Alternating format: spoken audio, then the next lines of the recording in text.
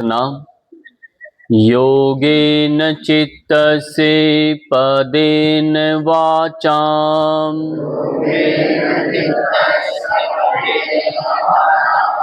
मलं शरीरस्य च वेद्यकेन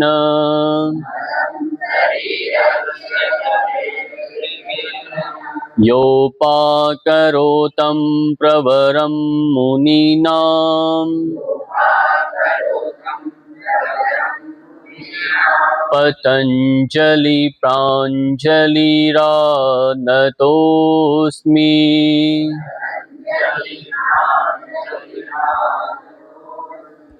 ओम शांति शांति शांति।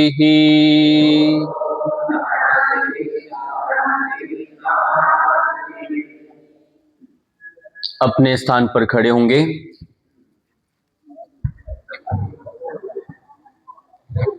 घड़ी यदि पहन रखी है तो घड़ी को निकाल के साइड में रख देंगे।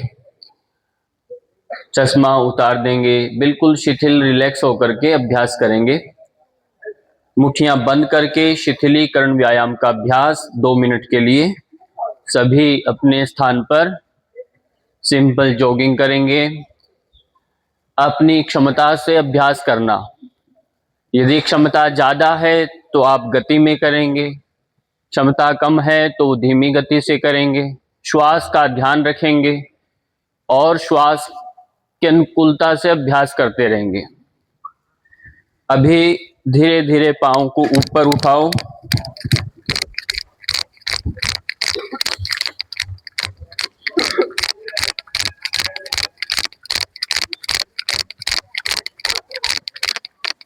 बदल करके पीछे एड़ियों को स्पर्श कराओ।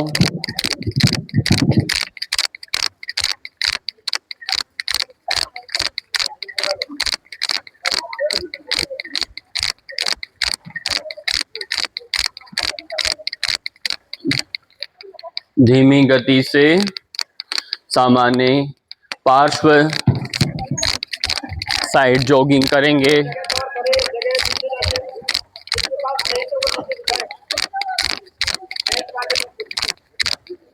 Simple jogging.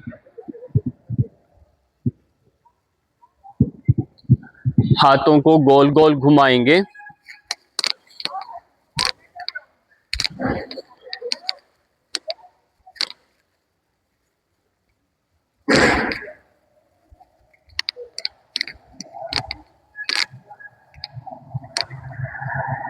सभी मनोयोग से अभ्यास करें।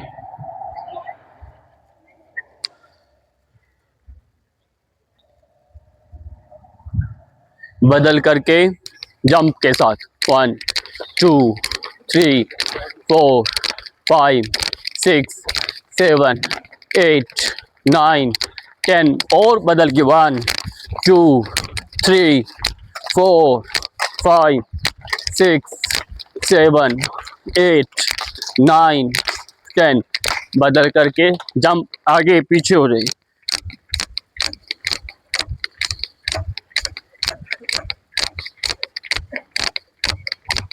बदल के ट्विस्ट करो।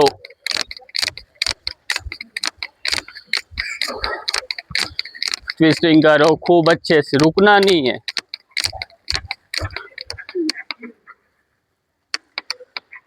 विश्राम देंगे, पाँव में अंतर ले लेंगे। मुख धोती क्रिया का अभ्यास करें।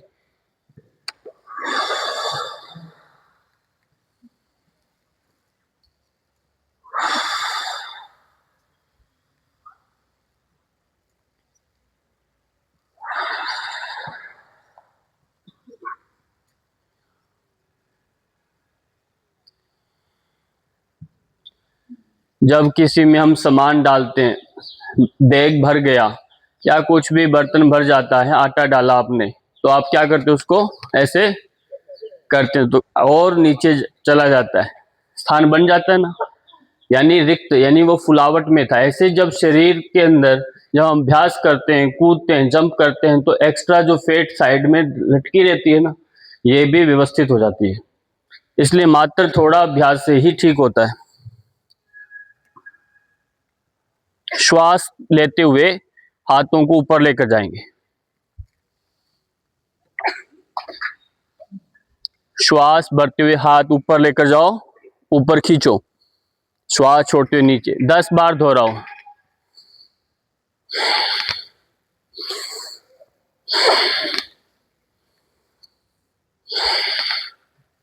पूरा श्वास भरते हुए जाएं, रुकना नहीं है, तुरंत।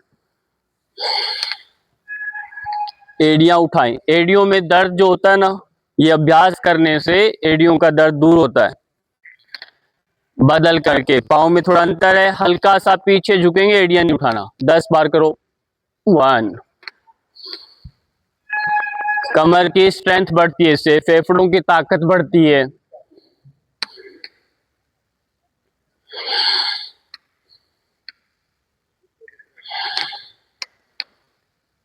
हाथों को सीधा रखें, बात नहीं करना बीच में। बैठ करो अभ्यास। पाँव में अंतर नहीं लिया ना बात करने से, ध्यान नहीं रखते अपने आप पर। जमाने का ध्यान रखना है, खुद का ध्यान नहीं रखना। आपका ध्यान कौन रखेगा? इसलिए सारी व्यवस्थाएं एक दूसरे का ध्यान रखने में, खुद का ध्यान कोई नहीं रखता। बड़े पाँव में अंतर लीजिए। खूब अच्छे से कटी संचालन क्रिया का अभ्यास करें।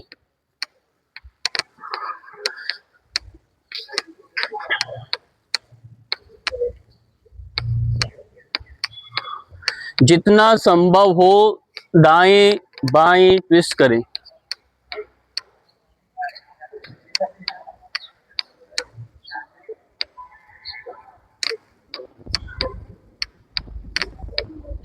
विश्राम दे देंगे। पार्श्व कटी संचालन क्रिया, दाएं बाएं।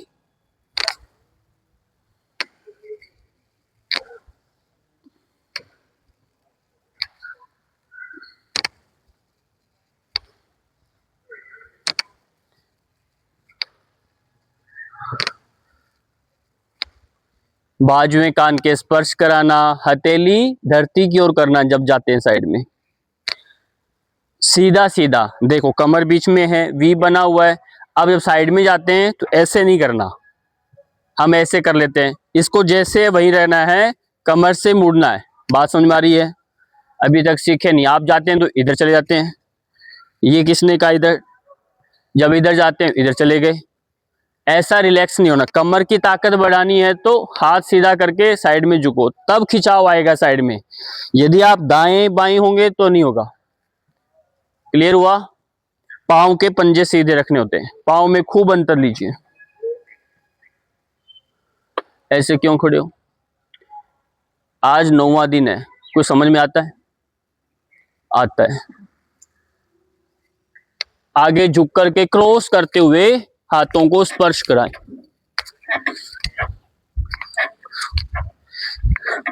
यदि केवल कसरत करना ही सीख गए तब भी आप अपना रोटी कमा के खा सकते हैं।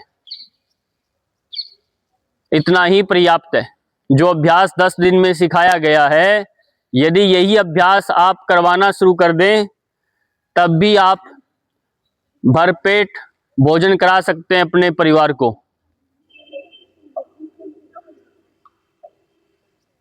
विश्राम दे दीजिए, वापिस आ जाइए। सूर्य नमस्कार के लिए सज्ज होंगे, अपने आसन के किनारे आए। प्रणाम आसन स्थिति में आएंगे। हिरण्मयेन पात्रेण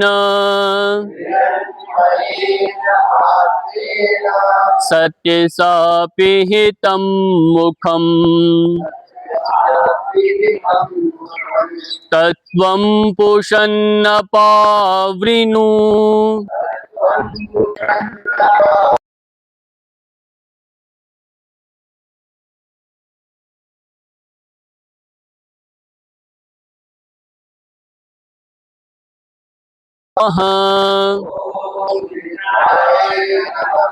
एकम श्वास के साथ जाएं। द्वे त्रीणि चत्वारि पंच षट् सप्त अष्ट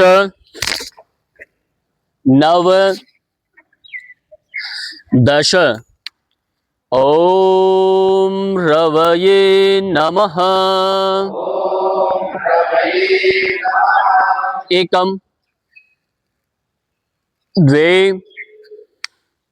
श्वास की गति स्थितियों को ध्यान रखें। त्रीणी चत्वारि पंच षट सप्त अष्ट नव दश। ओम सूर्याय नमः। एकम द्वे त्रीणि चत्वारि पंच षट सप्त अष्ट नव दश। ओम भानवे नमः। एकम द्वे त्रीणि चत्वारि पंच षट सप्त अष्ट नव दश।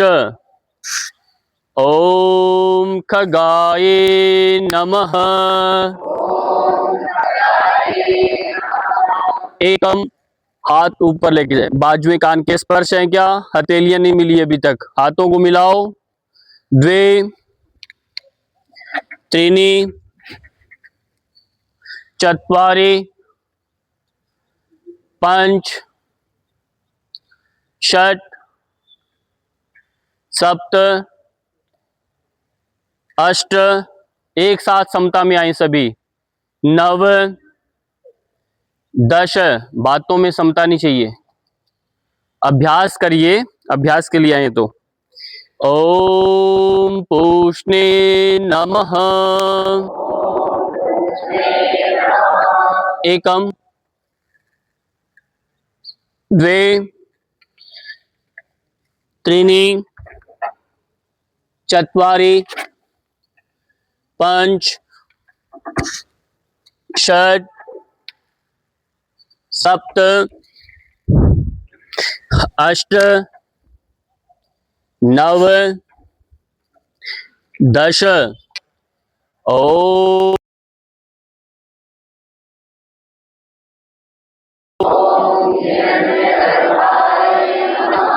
एकम पांव मिला के रखो अपने। द्वे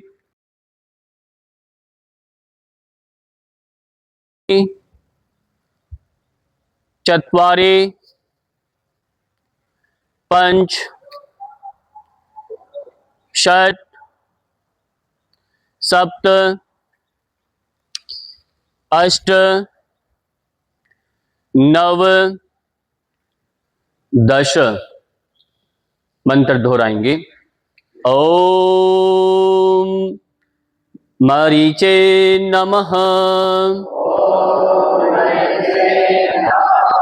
ओम आदित्याय नमः। ओम सवित्रे नमः। ओम अर्काय नमः।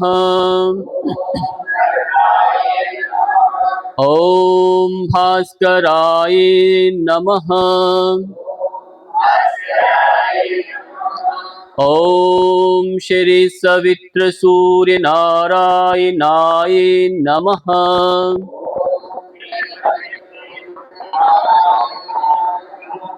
आदित्य से नमस्कारान्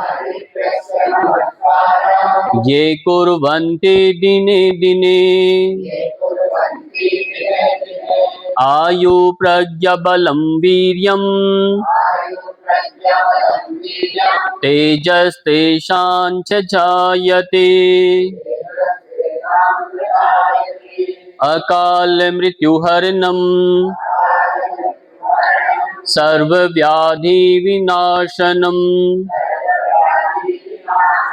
सूर्यपादोदकं तीर्थम्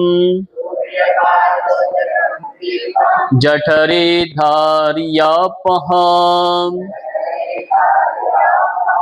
ओम शांति शांति शांति।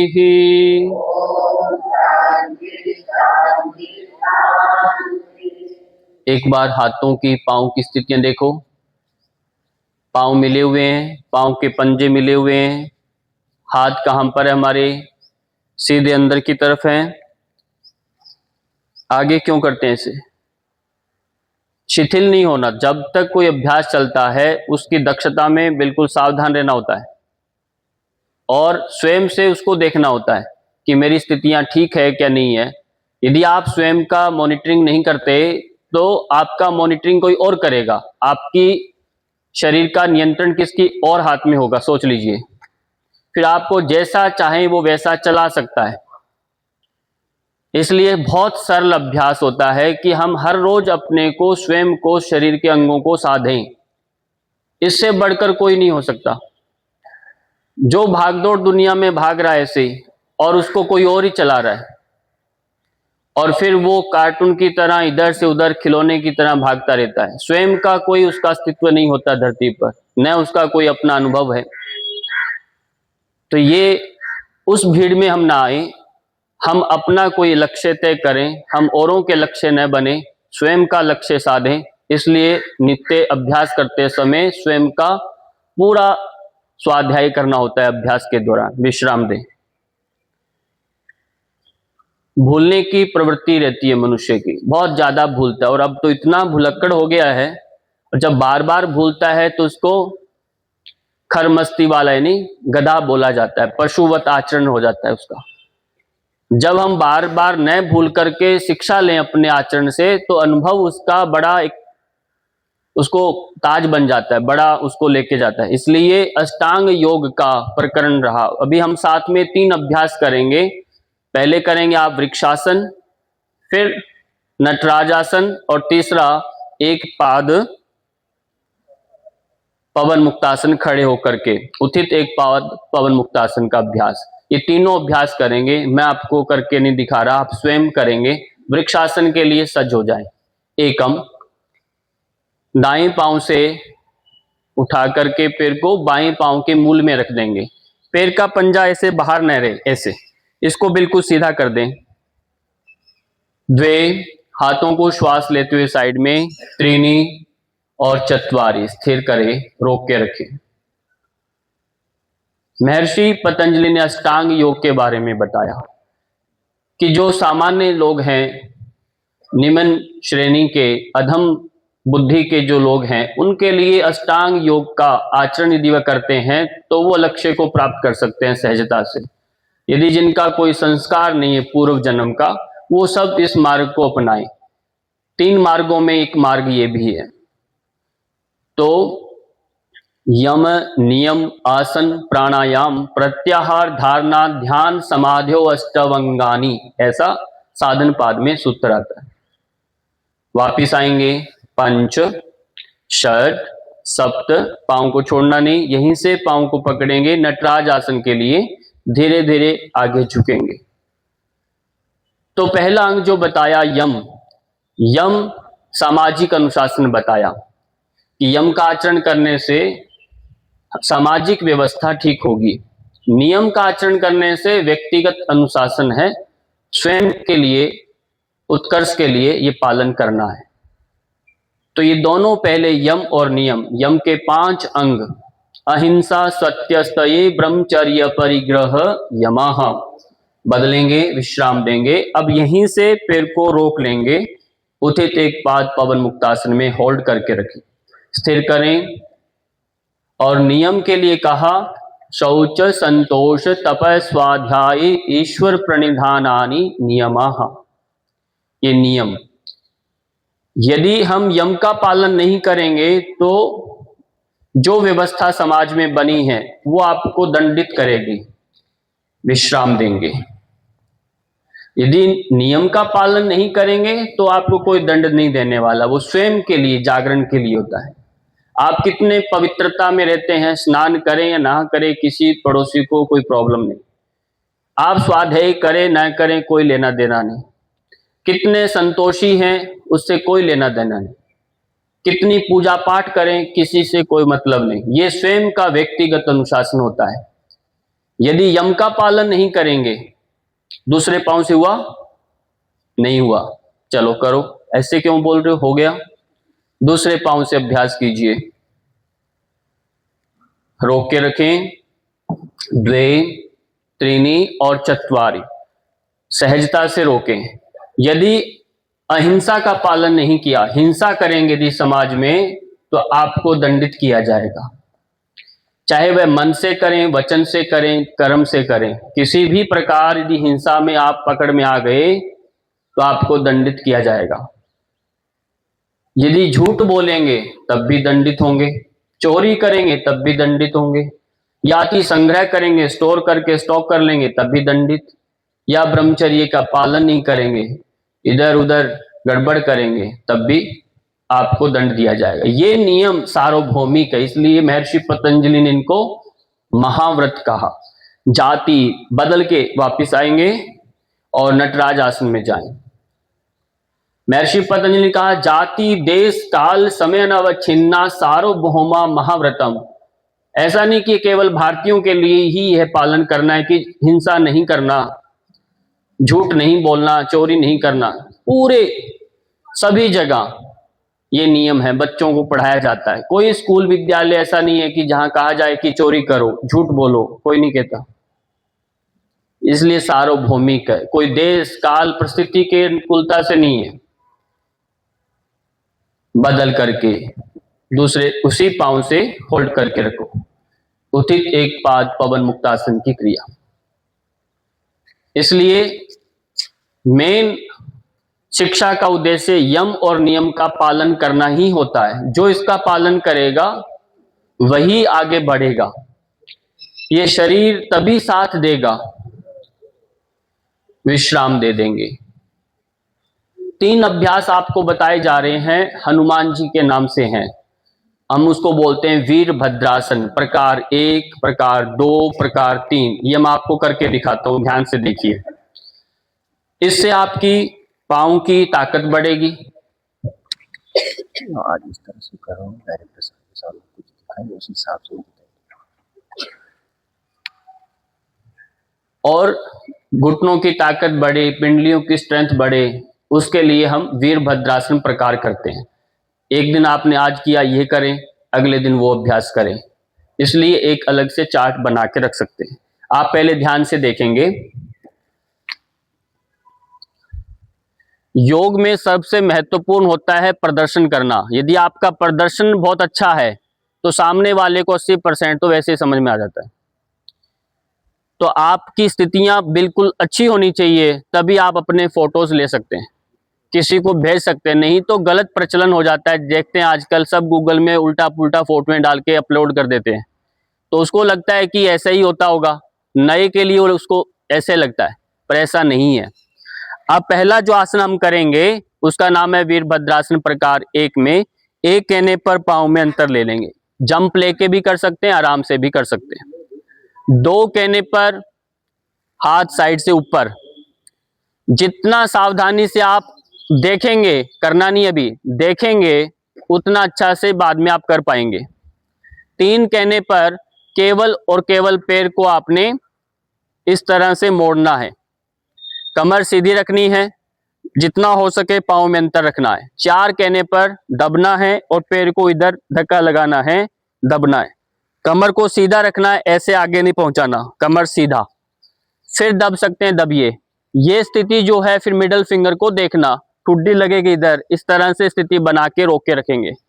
ये स्थिति अच्छी हो जाएगी, फिर प्रकार 2 में आएंगे। ऐसे उठेंगे, डायरेक्शन घुमाएंगे, ऐसे हाथों को मिलाएंगे और ऐसे फिर झुकेंगे, अब पूरा कंधा मोड़ देंगे सामने की तरफ, यहां से पुश होंगे, दबेंगे, पैर को घुटना खींच के रखेंगे, एडी को उठाना नहीं है, पांव के तलवे को धरती पर स्पर्श रखना है, इस पर दबना है, ऐसे साता बन जाएगा आपका।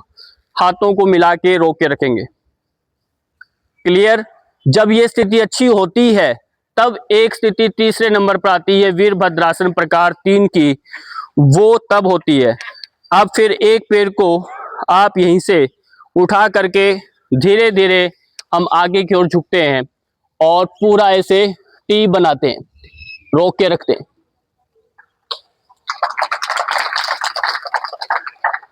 ये बन गया आपका वीरभद्रासन प्रकार 3। फिर वहीं पर आना। चलिए ऐसे ही दूसरी तरफ करेंगे। चलिए सभी अब मिलके करेंगे। एक किनारे से दूसरे किनारे जाओ। 1 करिए सभी। 2 दाहिने पांव घुमाया। 3 कमर नहीं घुमाना, कमर सीधी, पैर घुमा केवल नीचे से पंजा। और 4 दबे, दबो, दबिए, रोक के रखिए। यदि घुटने के ऑपरेशन से बचना है तो अभ्यास करा करो, ये नहीं तो फिर तैयारी रखिए अपनी घुटने की। खींच के रखो, कमर कस के रखिए सीधी, जिस तरफ झुके हैं उसी तरफ देखिए। अब पता चल रहा है घुटने की ताकत पर। आगे नहीं होना, ढीला नहीं होना, सीधा खींच के रखो। अब यहीं से बदल करके प्रकार 2 में जाएंगे। ट्विस्ट कर दीजिए, ट्विस्ट कर दिया। अब दबिए, फिर कमर सीधी खींचो, दबिए, दबिए, रोक के रखिए, होल्ड करें।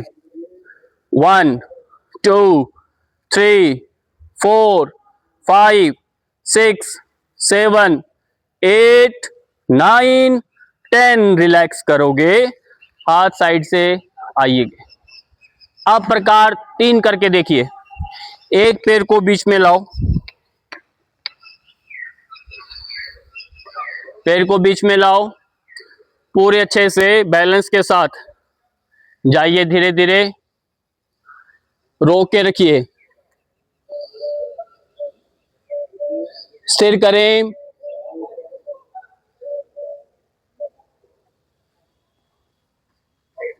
विश्राम दे दें। अब पता चल रहा आपकी पाँव में कितना वजन है। दूसरी तरफ करेंगे अभ्यास। चलिए वीरभद्रासन प्रकार 1 में जाओ। पहले पाँव में अंतर लिया, 2 हाथ साइड से ऊपर, 3 पाँव का पंजा घुमाएं, और 4 घुटने से दबे, मोड़ें, और जिस तरफ आप झुके उसी तरफ देखें, रोक के रखें। कीजिए। यदि शरीर ठीक नहीं है तो 1 साल का बीच में ब्रेक ले लीजिए पढ़ाई का, शरीर का ध्यान करिए। शरीर सही नहीं है तो कोई मतलब नहीं, क्योंकि आज के समय में पढ़ाई का कोई अंत नहीं है, पढ़ते रहना मरते दम तक, सारी पढ़ाइयां चलती रहेगी, कोई लिमिट नहीं है। इसलिए बीच में रुक करके शरीर का थोड़ा ध्यान करें, बदल करके। वीरभद्रासन प्रकार 2, यहीं से घुटने सीधे हुए, हाथों को ऊपर मिला करके रोके, रोक के रखिए, और चेहरे पर थोड़ा सुंदर सा मुस्कान बना के रखो।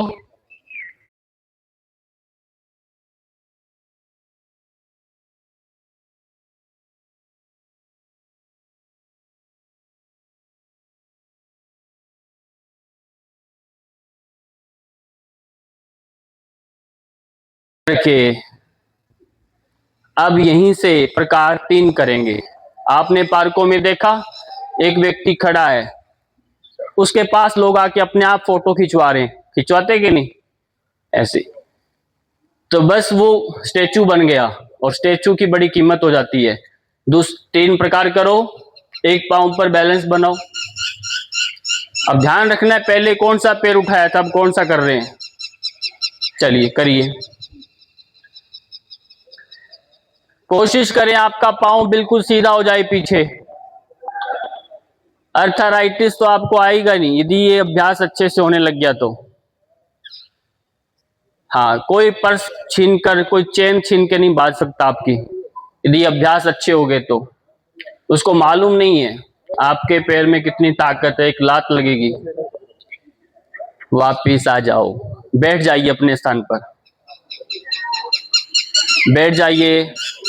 कैसे बैठे हो बेटे, कैसे बैठे हो? ऐसे ऐसे अभी बैठे ना ऐसे ही, भूल गए। पहले दिन ही कहा था आपको हाथ लगा के नहीं बैठना। हाँ, अब सोच लीजिए शिशु अवस्था चल रही है अभी, तो घुटनों से ही उठते हो, ऐसे हाथ लगा के ही बैठते हो। इसीलिए तो धीरे धीरे आयु बढ़ती जा रही है, किसी का विवाह नहीं हो रहा, क्योंकि शिशु अवस्था से बाहर ही नहीं आ पाते बच्चे। पढ़ाई पूरी नहीं होती क्योंकि वो शिक्षित नहीं हो पाते, उनको बोध नहीं हो पाता, समझ नहीं बन पाती क्या करना है क्या नहीं करना। और अब अभ्यास यहीं से करेंगे, गोमुखासन। ये गोमुखासन का अभ्यास करो।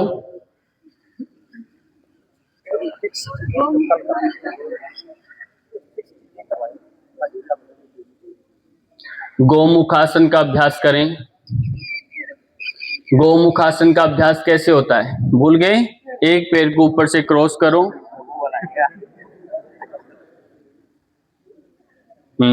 ये जो अभ्यास कर रहे थे पहले वो गोरक्षासन है। पैर को दबाएं, पैर को दबाओ, कमर सीधी करिए और जो पांव ऊपर उसी साइड का हाथ ऊपर उठाएं, ऊपर उठाओ और खींचो। दूसरी तरफ से हाथ लेकर जाएं। ऐसे क्यों किया? गर्दन आपने गर्दन सीधी करिए, हाथ खींचो ऊपर और फिर दूसरा हाथ साइड से ला करके बांध लीजिए, रोक के रखो ऐसे, कमर खींच लो, सीधा करिए कमर को, कमर सीधी करिए, सामने देखिए, नीचे नहीं देखना, सामने देखने का प्रयत्न करो।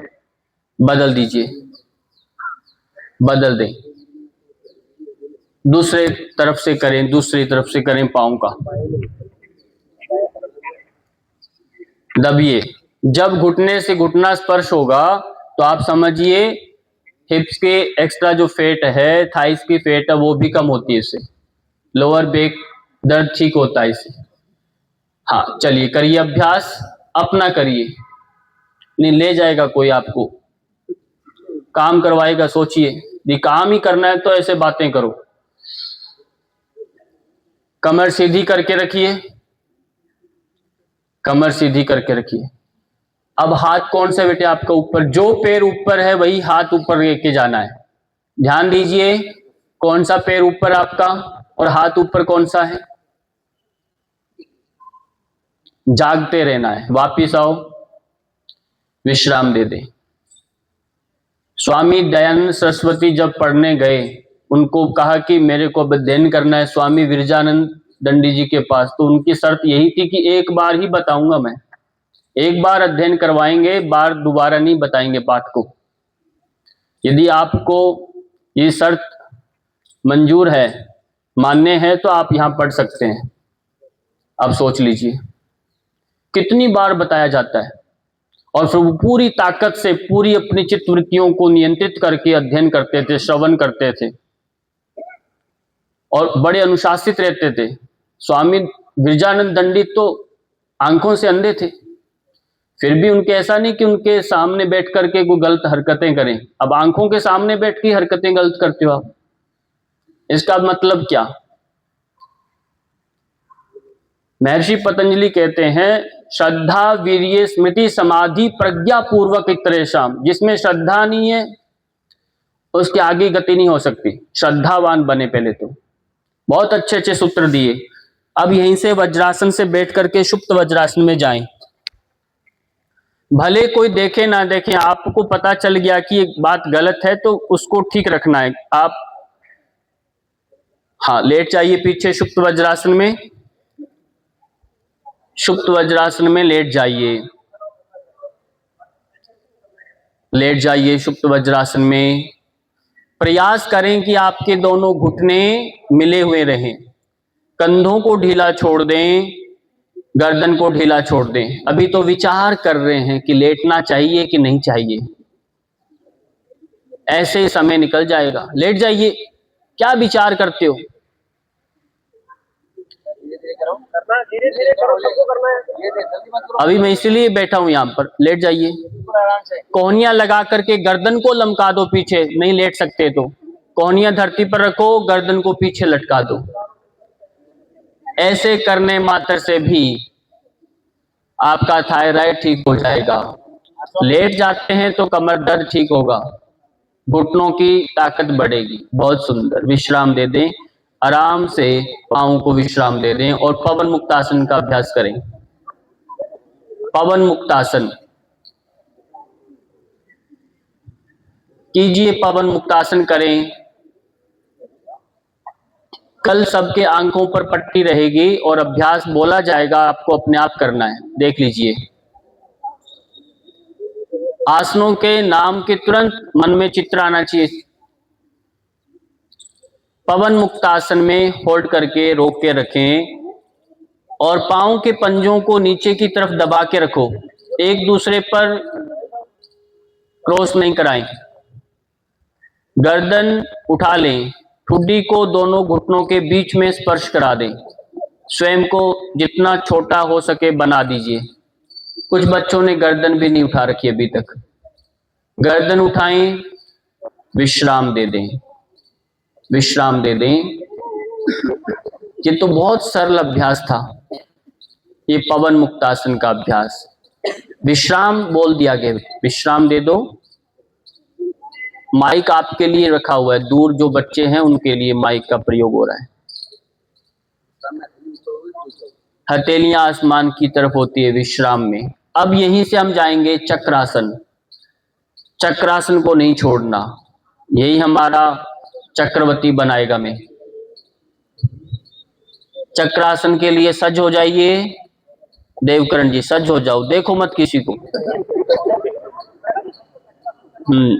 पाँव में अंतर लेकर के हाथों को,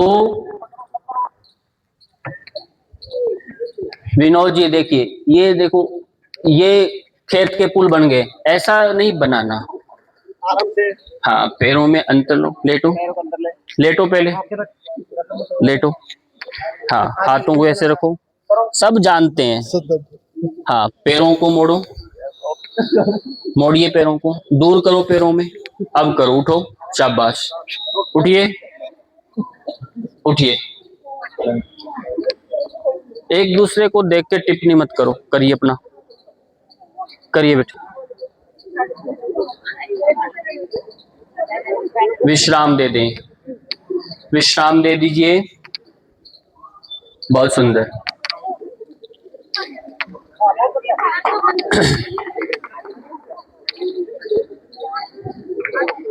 अब यहीं से बैठना नहीं, लेटे रहिए। सभी के सभी हलासन में जाओ, पांव को उठाएं और दोनों पांव भूमि पर, धरती पर स्पर्श करा दें, पीछे हल बना दें। इसमें बात भी करेंगे तो आपका ही नुकसान है, सोच लीजिएगा। बात नहीं करना, केवल एक तुम।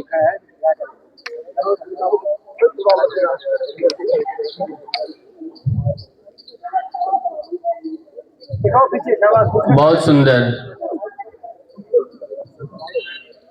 यह आसन रीढ़ की हड्डी को पूर्णतः से तान देता है,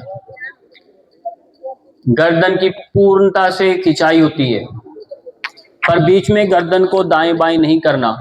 विश्राम दे दें, विश्राम दे दीजिए।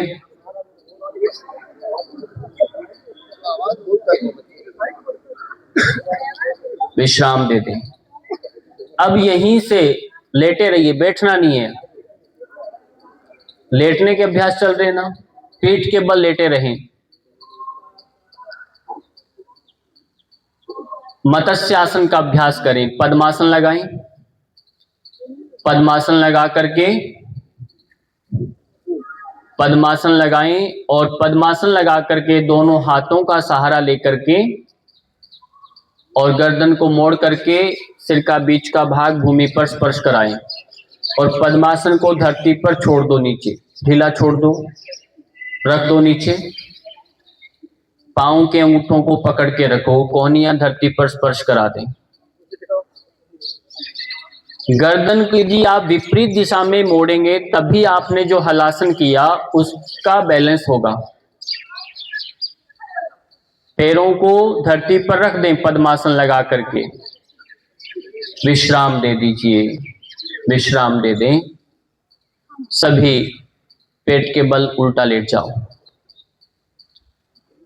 पेट के बल उल्टा लेट जाएं। सभी इधर फेस करें, मंच की तरफ चेहरा रहे आपका। फिर देखेंगे कैसे, कक्षा में उल्टा मुंह करके बैठ जाओ गुरुजी की तरफ से, अध्ययन कैसे होगा? गुरुजी ही घूम घूम के आपके आगे आएंगे। चलिए, ये सामान्य बात है, ध्यान रखना है मंच की तरफ पांव नहीं करने। अगला अभ्यास सबसे पहले हम करेंगे नौकासन। नौकासन सरल है। नौकासन अच्छा हो जाए तो जो हमने कल तरण तारण का अभ्यास किया था क्रिया का, वो बाद में किया जाता है। चलिए, हाथों को दोनों को सीधा करें, पैरों को मिला लें और एक साथ दोनों हाथों पैरों को ऊपर उठाएं, रोक के रखें।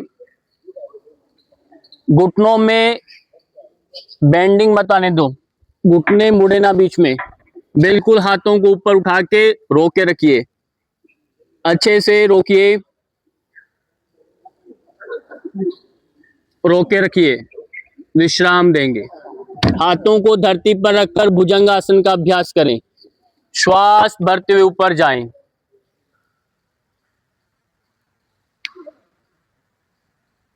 श्वास छोड़ते हुए नीचे आएं।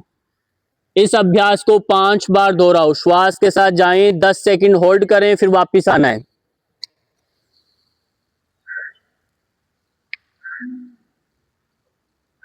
दस सेकंड होल्ड करो, वापस नहीं आना, 10 सेकंड रुकना है श्वास सामान्य करके, फिर वापस आना है श्वास छोड़ते हुए।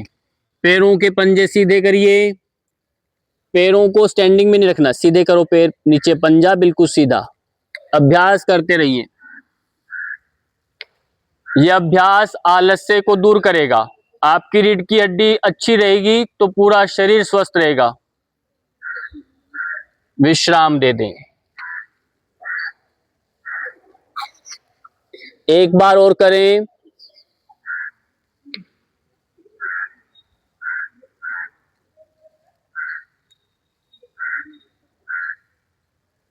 बहुत सुंदर, करिए करिए बेटे, साथियों ने कर लिया अभ्यास, आप भी करो। विश्राम दे दें। आप दोनों हाथ थाइस के नीचे रखिए, शलभासन का अभ्यास करें। दोनों पैरों को ऊपर उठाएं और रोकें।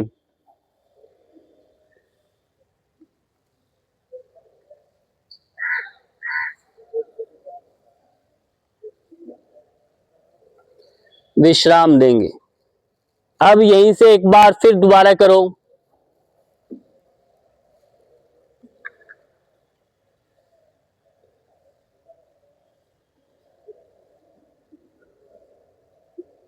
विश्राम दे दें। हाथों को विश्राम देके धनुरासन का अभ्यास करें। एक साथ उठाइए,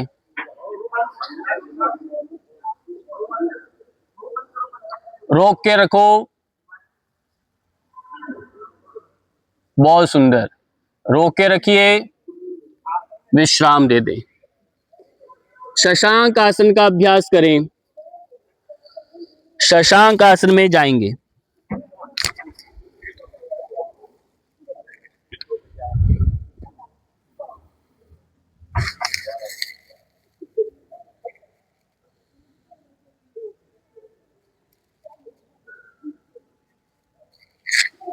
शशांक आसन में विश्राम लें।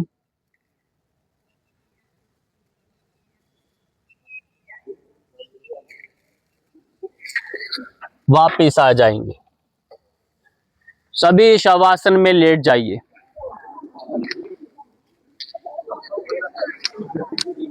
शवासन में लेट जाइए।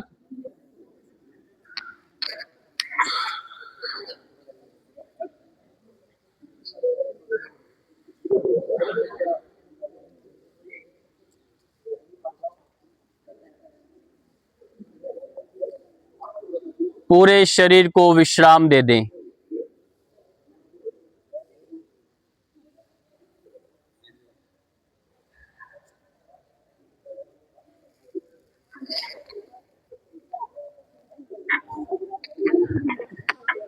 बातचीत नहीं करते शवासन में।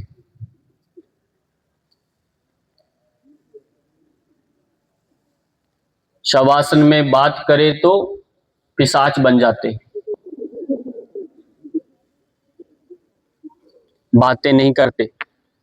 शवासन की अपनी एक मर्यादा है।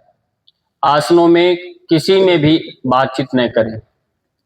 शवासन के दौरान शरीर को शिथिल करने का प्रयत्न करें।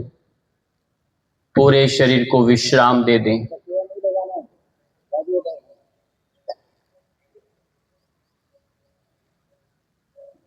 और ये इसमें बनवाया यही मठ है, नए वाले भगवान है। हाथ आपके कहां पर है? एक बार देखिए बीच में हाथों की स्थिति।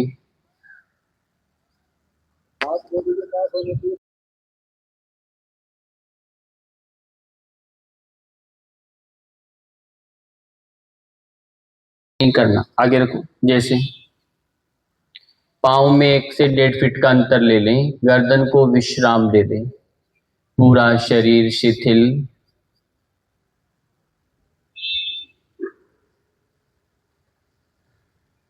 जीना अपने आप में एक कला है। जो जीना सीख गया उसका जीवन सफल होगा। श्वास लेना कोई जीना नहीं होता।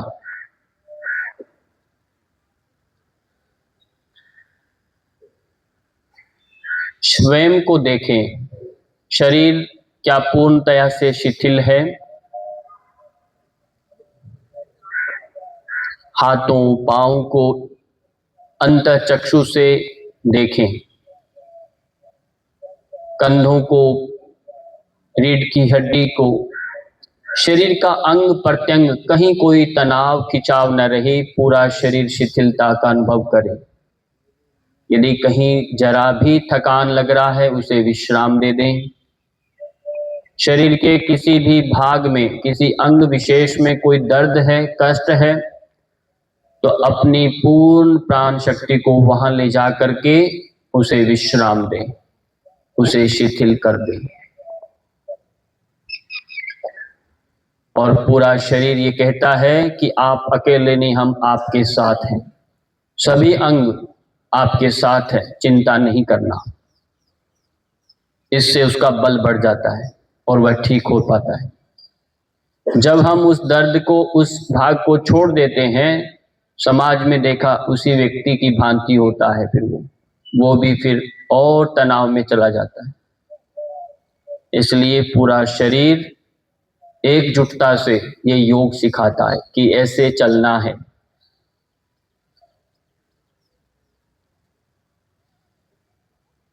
पूरा शरीर शिथिल। इसी स्थिति में 3 बार ओम का उच्चारण करेंगे। गहरी श्वास लीजिए।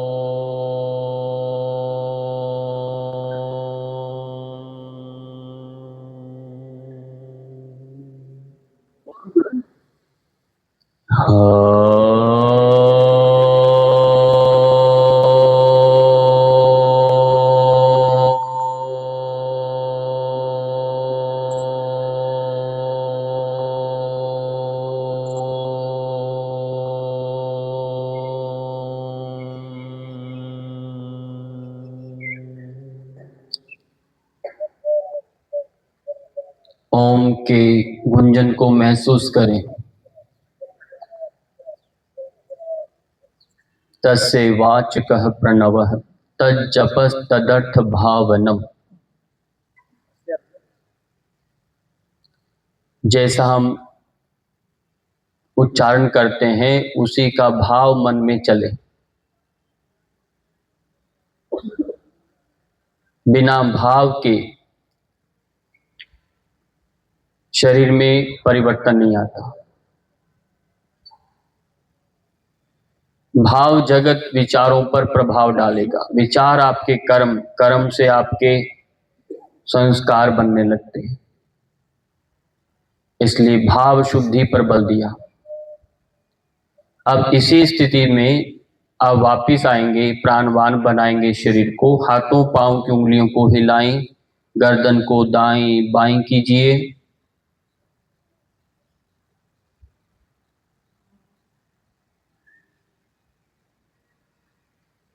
धीरे धीरे पूरा शरीर पुनः चलायमान हुआ, प्राणवान बना। हाथों को ऊपर लेकर आए। शवासन में सारे काम छोड़ करके कोई आपको बाधा न दे, पूर्ण विश्रांति, गहन निद्रा से अब आप उठ रहे हैं। एक नई ताजगी के साथ आपका जागरण हो रहा है।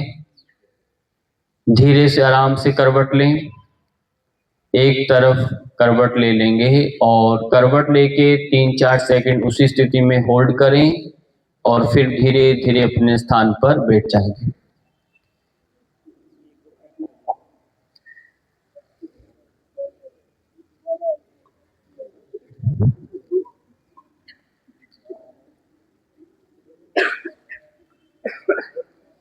किसी भी ध्यानात्मक आसन में बैठें और प्रश्न सत्र रहेगा तब तक आप एक मुद्रा में रहें, जिसे हम ज्ञान मुद्रा कहते हैं। ज्ञान मुद्रा में बैठेंगे आप, चाहे पद्मासन में बैठें, वज्रासन में बैठें, सिद्धासन में बैठें, सुखासन में बैठें। बैठ करके कमर सीधी रखें, गर्दन सीधी है, कंधे ढीले हैं, हाथों की मुद्रा ज्ञान मुद्रा। एक विद्यार्थी का प्रश्न है कि आहार हमारा कैसा होना चाहिए। आहार जो है,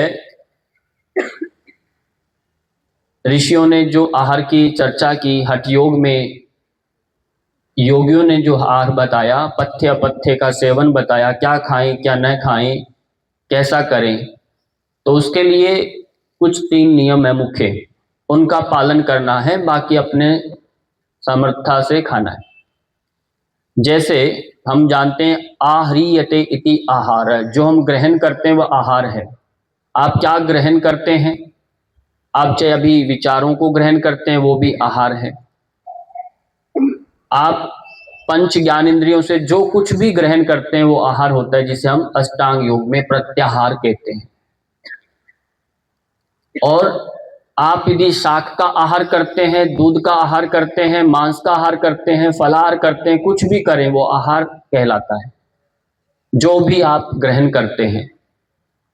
अब ये विवेक स्वयं का होता है। अब महर्षि योगियों ने जो हठ योग प्रदीपिका में, अन्य ग्रंथों में जो हमें मिलता है कि आहार को मुख्य 3 भागों में लेना है। पहला विचार करना है कि आहार की मात्रा, आहार की मात्रा के लिए उन्होंने मिताहार का प्रयोग किया।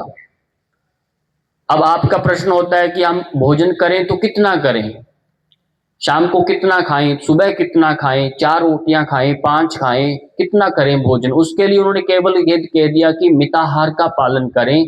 और मिताहार के लिए 2 पंक्तियों में कितना अच्छे से बताया कि आपका आहार जो आप लेंगे वह मधुर होना चाहिए।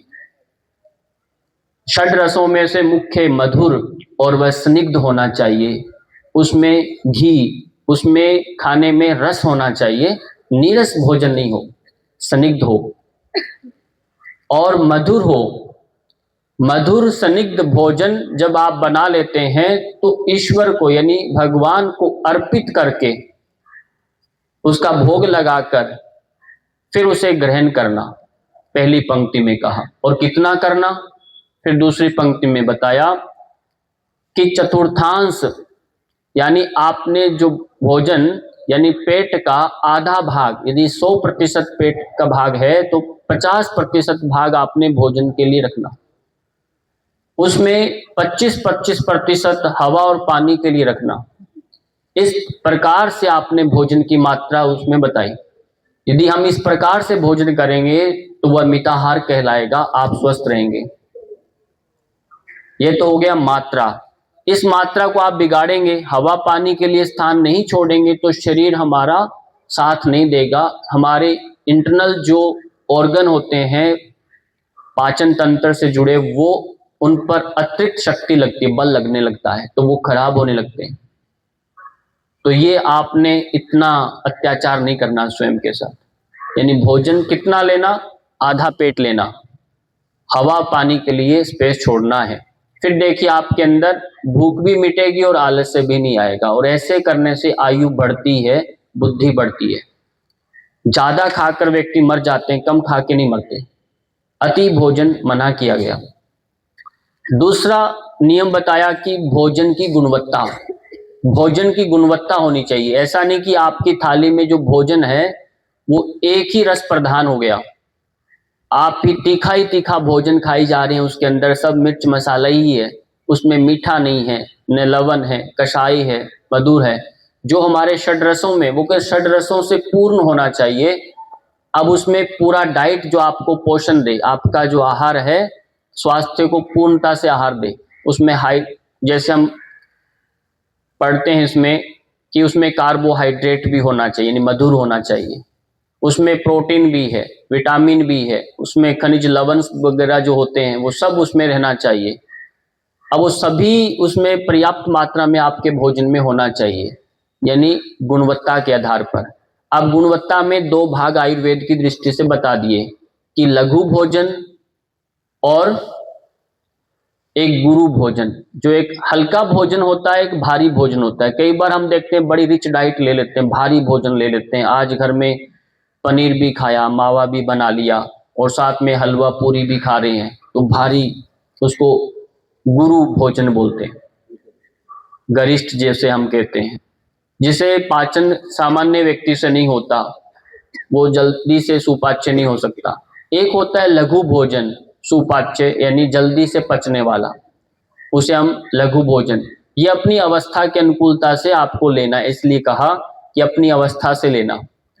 यदि बाल्यावस्था है तो लघु लें। स्वास्थ्य शरीर थोड़ा सा, आज सुबह ज्यादा गरिष्ठ लिया है तो हल्का भोजन करने की इच्छा है, शाम को थोड़ा हल्का भोजन लीजिए, दलिया खिचड़ी लीजिए, या केवल दूध पान करके ही सो जाए। तो स्वयं को थोड़ा ध्यान स्वयं से रखना पड़ेगा, ऐसा नहीं। तीसरा उसमें नियम बताया कि भोजन करते हुए आपकी मनस्थिति, यदि आपकी मनस्थिति ठीक नहीं है भोजन करते समय, तो आपका भोजन विष बन जाएगा। यानी मनस्थिति, आप भोजन करें, क्योंकि बुद्धि का संपर्क जो है हमारे आंतों से होता है। जो मन में आ रहा है, यदि आपका मन खिन्न है, कोई विधा में है, तो आप भोजन नहीं करेंगे, रुकेंगे, उसको शांत होने दीजिए। देखा आपने घर में कोई मेहमान आते हैं तो पहले हम पानी पिलाते हैं, घर में हम भी उससे कोई पुरानी चर्चा नहीं करते, लड़ाई झगड़ा नहीं करते। लड़ाई झगड़ा करके आप भोजन देंगे तो उसका भोजन व्यर्थ हो जाएगा सारा। यानी पहले भोजन कराते हैं, फिर हम बातचीत बताएंगे, समझाएंगे, कुछ भी चर्चा है। यानी भोजन, सभी ध्यान भोजन पर गया। मन स्थिति ध्यान रखना है। मन स्थिति हमारी जितनी अच्छी होगी, इसलिए हमने कहा कि पाँव को धो करके, हाथों को, मुख को धोकर प्रक्षालन करके भोजन करें, और भोजन से पहले भोजन मंत्र बोलें। ये अन्नवयी जो ब्रह्म कहते हैं, अब उस भाव से। और जो भोजन करें एकांत में करें, यानी आप अकेले भाव से करें, उसमें विचार भी न चले, किसी से बातचीत न करें, कुछ देखें नहीं, शांत चित होकर के भोजन करें। जैसे अभी हम खुले में भोजन करेंगे तो इसका और जब एकांत में करने में उसमें बड़ा अंतर होता है। खड़े खड़े जब रोडों पर भोजन करते हैं तो उसका और घर में बैठ के भोजन का अंतर होता है, ये आप समझिए। जब भी व्यक्ति खड़ा होकर भोजन करेगा उसका पेट कभी छोटा नहीं हो सकता, बड़ा ही बड़ा होता जाएगा। कारण क्या? जैसे आप खड़े होकर के भोजन करेंगे तो एक गुरुत्वाकर्षण होता है, हर एक तिनका भी धरती पर गिरेगा, गुरुत्वाकर्षण होता है कि नहीं? अब वो जब पेट स्टमक आपका नीचे यहाँ है तो भोजन जाएगा तो नीचे आपका मांस से नीचे और लटकेगा, जब बैठ गया तो उसको आधार बन जाएगा, तो वो इतना वजन नहीं पड़ेगा आंतों पर। इसलिए हमारी आंतें बढ़ती रहती है, खड़े होकर भोजन करना ठीक नहीं माना गया। कोई युद्ध चल रहा है तो बाजी भोजन के लिए कहा, कभी कभी करो, पर हर दिन आप खड़े होकर ही खाई जा रहे हो, ये क्या है? ये रोग को निमंत्रण देना होता है। बैठ के शांत चित्त होकर भोजन करें, एकांत में भोजन करें।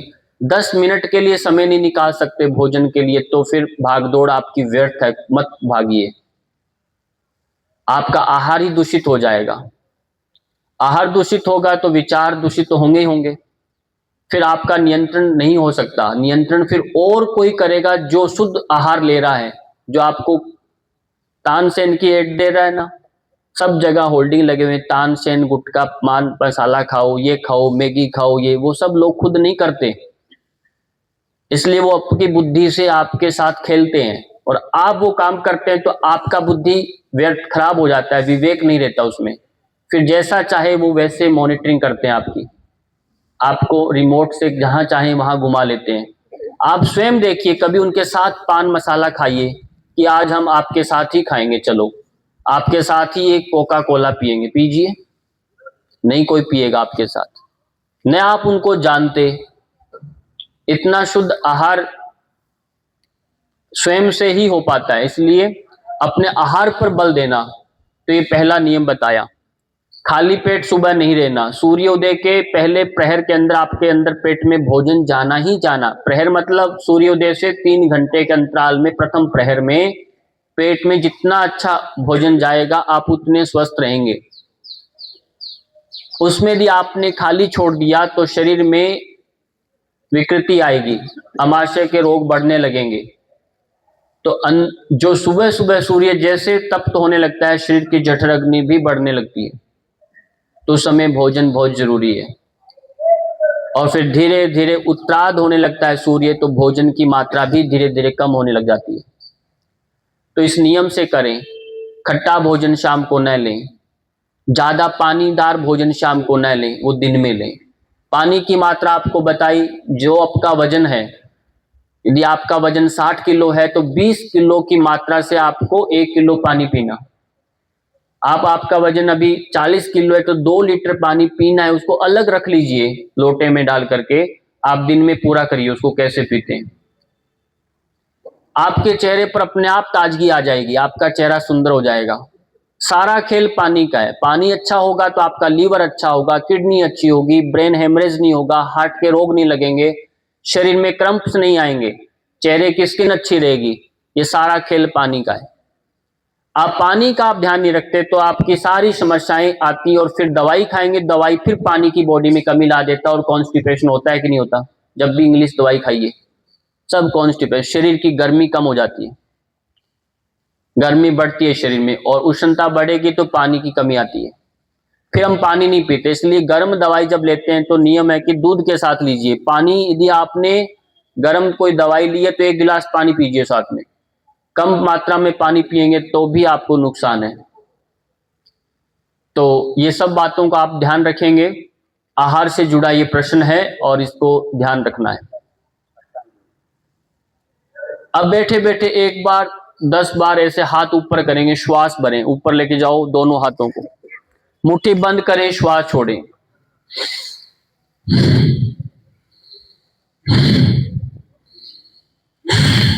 पूरा श्वास भरो, छोड़िए।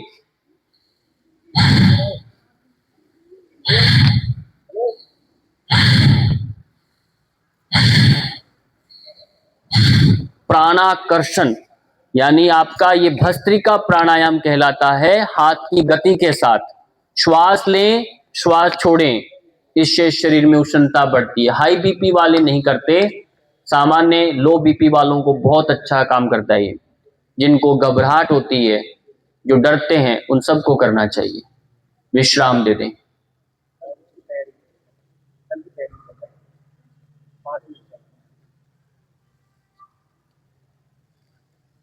आपका आज 9 दिन पूर्ण हो गए हैं। 9 दिन का ये आपका प्रशिक्षण जो चला, ये इसका अनुभव आपका क्या रहा? आपने कॉपी पेन लेकर आए होंगे। जो आपने अध्ययन किया, जो आसन सीखे, प्राणायाम सीखे, कुछ क्रियाएं सीखी, और बीच बीच में जो आपको हम विचार देते हैं प्रशिक्षण के दौरान, उन सब को आपने समरी बनाना है डे टू डे अपना। यदि हम ऐसा करते हैं तो आपको समझ में आएगा कितना कुछ नया सीखा। फिर उसमें पूरे समरी को आपको 2 से 3 से 5 मिनट, 2 से 5 मिनट जैसा भी आपको लगे, खड़े होकर अनुभव व्यक्त करना है अपना बोल करके।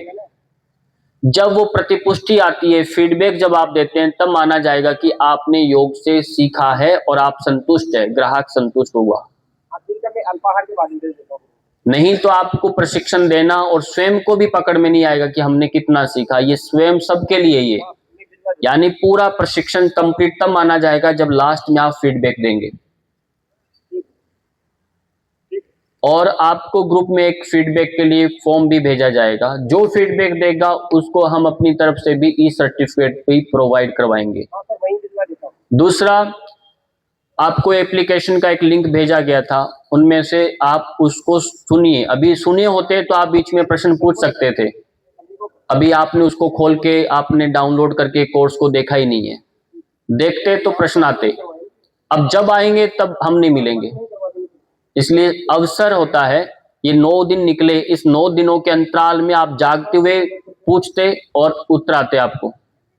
अब कल अंतिम दिवस रहेगा, 10वां दिन जो योग प्रशिक्षण का आपका है, तो उसमें प्रशिक्षण जो आपने किया, इनमें से जो विद्यार्थी जिनका सूर्य नमस्कार बहुत अच्छा हो गया, आसनों के अभ्यास बहुत अच्छे हो गए हैं, उनमें से एक तरफ यहां पर उनका एक अलग से प्रशिक्षण रहेगा, यानी उनका प्रदर्शन रहेगा। तो वो प्रदर्शन करेंगे जिनके सूर्य नमस्कार कल इसी संरचना में इनको खड़ाना है कि एक आगे भाग रहे और इधर के जो विद्यार्थी है वो बैठ जाएंगे, इधर के अभ्यास करेंगे। अब जो बातें करते रह गए, इधर उधर देखने में रहे, वो कल इनको बिठा के दिखाइएगा, वो देखेंगे, बाकी करेंगे। और कुछ किसी का प्रश्न नहीं तो गीत बुलवाते हैं, प्रश्न करवाओ।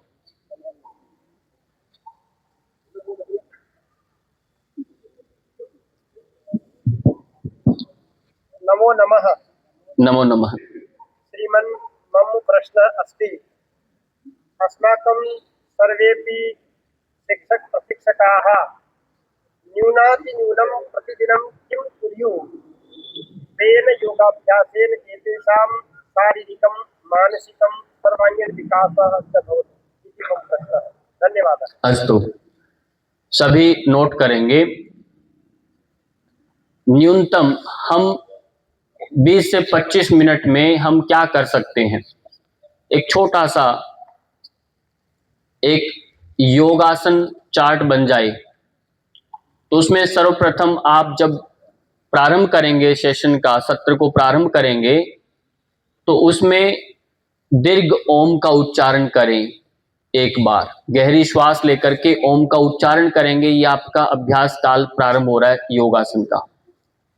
आप बाहर से बहिर्मुखी से अंतर्मुखी हो गए हैं, अब आप आसन पर आ गए, अब बातचीत नहीं करना, ये अपने से एक संकल्प होता है। फिर जैसे आप खड़ेंगे, आसन पर आ गए, तो उसके बाद आपने 2 मिनट के लिए उछल कूद करना है, शिथिलीकरण व्यायाम का अभ्यास करेंगे, जिससे आपके हृदय की गति तेज हो जाए।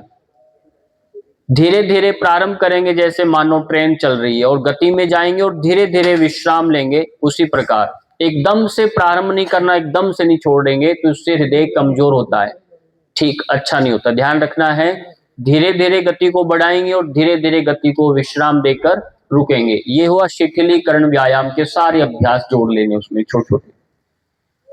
और फिर आप सूर्य नमस्कार का अभ्यास करेंगे। न्यूनतम 6 चक्र करें और धीरे धीरे बढ़ाते हुए 12 चक्र आप कर सकते हैं। नहीं तो सूर्य नमस्कार का अभ्यास प्रारंभ में एक सूर्य नमस्कार के जो 10 स्टेप होते हैं तो 30 सेकंड में कंप्लीट हो जाता है। आप 3 मिनट के लिए सूर्य नमस्कार करें, फिर धीरे धीरे बढ़ाकर 5 मिनट में 12 सूर्य नमस्कार आपके होने लग जाएंगे। सूर्य नमस्कार के दौरान सूर्य का ध्यान करेंगे, उसकी भांति शरीर में तेज बढ़े, ये भावना से करेंगे।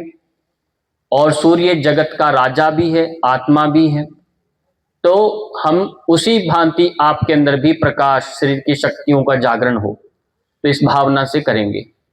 दूसरा, जैसे सूर्य नमस्कार हुआ, क्योंकि आसनों से पहले सूर्य नमस्कार करने हैं, फिर आप आसन करेंगे। आसनों में संतुलनात्मक आसनों पर बल देंगे। संतुलनात्मक आसनों में सबसे पहले वृक्षासन करेंगे। इसमें ताड़ासन भी हो रहा है और एक पांव पर एक स्थिरता आती है और पूरा पेट खिंचाव में आता है, बाजुएं कान के स्पर्श होती हैं, शरीर के सारे रोग इससे ठीक होने लगते हैं एकाग्रता से। अब ये समय अवधि जो 15 सेकंड आपने एक आसन में स्थिर करना है, बदल के दूसरे में करना है, तो धीरे धीरे ये आप 40 सेकंड में 1 मिनट तक आप इसको लेकर जाएंगे। वृक्षासन दोनों तरफ में कंप्लीट हो जाएगा। ये वृक्षासन कंप्लीट हो जाए तो एक अभ्यास और करना है जिसका नाम है त्रिकोण आसन। त्रिकोण आसन आपको खड़े होके करना, जिससे आपका पाचन ठीक रहे, कमर में दर्द नहीं आए, वो अभ्यास करना। फिर आप बैठ जाएंगे, बैठ करके गोरक्षासन का अभ्यास करके बद्धकोणासन का अभ्यास करेंगे। गोरक्षासन का अभ्यास करके बद्धकोणासन। एक उष्ट्रासन का अभ्यास करना, उष्ट्रासन, जिससे दिन भर पढ़ाई करते हैं तो कंधे न थके, हमारे कंधों को और गर्दन में थकान ना आए, आंखों की रोशनी बढ़े, घुटनों में दर्द ना आए, कमर दर्द ना आए, तो उष्ट्रासन का अभ्यास करना। और उष्ट्रासन के तुरंत बाद विपरीत जो इसका अभ्यास होता है उसको बोलते हैं शशांक आसन, जिससे हमारी हाइपोथैलेमस ग्लैंड भी एक्टिव हो जाए, हमें गुस्सा ना आए, हार्मोन भी व्यवस्थित रहे। तुरंत ये अभ्यास करना है ताकि अध्ययन तो करें पर उसमें अहम भाव ना आए, अकर्ता का भाव बना रहे, तो ये करना। उसके पश्चात तुरंत आप पीछे सुप्त वज्रासन में लेट जाएं। सुप्त वज्रासन से बाहर आकर के आपको सर्वांग आसन का अभ्यास करना। सर्वांग आसन नाम से अर्थ स्पष्ट है कि सभी अंगों का ये अभ्यास है, सभी अंग इससे हष्टपुष्ट होते हैं, पर इतना ध्यान रखें जो हृदय रोगी हैं वो न करें, बाकी सब करेंगे। गर्दन में दर्द है वो न करें, बाकी करेंगे। सर्वांग आसन के पश्चात आप हलासन में चले जाएं। ये 15-20 सेकंड का अभ्यास है। हलासन में जाएंगे, 10-15 सेकंड होल्ड करेंगे और फिर आप मत्स्य आसन में आ जाएंगे। मत्स्य आसन इसका विपरीत अभ्यास हुआ, इससे आपके फेफड़े अच्छे, और उसके तुरंत बाद आप चक्रासन का अभ्यास कर लेंगे। चक्रासन, चक्रासन से विश्राम ले लेंगे और उल्टे पेट के बल आ जाएगा। पेट के बल आकर के आप भुजंगासन का अभ्यास करेंगे। भुजंगासन और धनुरासन, ये 2 आसन आपको पेट के बल करना है और फिर सीधे शवासन में लेट जाएंगे। शवासन में लेट जाएंगे। शवासन में 2 से 3 मिनट आप शवासन में पूरे शरीर को, जैसे आपको शिथिलीकरण करने का अभ्यास बताया प्रक्रिया, उसी प्रक्रिया से एक एक अंगों को विश्राम देते जाएंगे। शवासन से उठेंगे, 3 प्राणायाम करने हैं। एक है कपालभाति क्रिया, फिर अनुलोम विलोम प्राणायाम, एक भ्रामरी प्राणायाम। ये 3 अभ्यास आपको नियमित करने हैं, इनको नहीं छोड़ना। फिर ताल योग करना है, हास्य योग करना है, अंत में कुछ पलों के लिए मौन रहना है और फिर अंत में विश्व कल्याण प्रार्थना करना है। ये सारे अभ्यास आपके 20 से 25 मिनट में कंप्लीट होने वाले हैं।